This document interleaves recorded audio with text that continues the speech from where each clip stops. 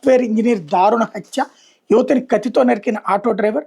పశ్చిమ గోదావరి జిల్లా భీమవరం మండలం తాడేరు గ్రామానికి చెందిన యువత కొత్తపల్లి అనంతవాణి దారుణ హత్యకు గురయ్యారు.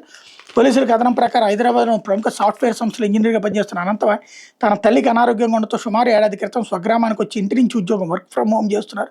సమీప గ్రామం కొర్రపాడుకు చెందిన ఆటో డ్రైవర్ తాడేపల్లి శ్యాంబాబుతో ఆమెకు స్నేహం ఏర్పడి ప్రేమగా మారింది.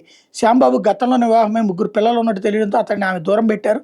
పగ పెంచుకున్న శ్యాంబాబు ఆదివారం తెల్లవారుజామున ఇంటికి వెళ్లి తలుపు తట్టాడు. తలుపు తీసిన వెంటనే పదునైన కత్తితో దాడి చేసి పరారయ్యాడు.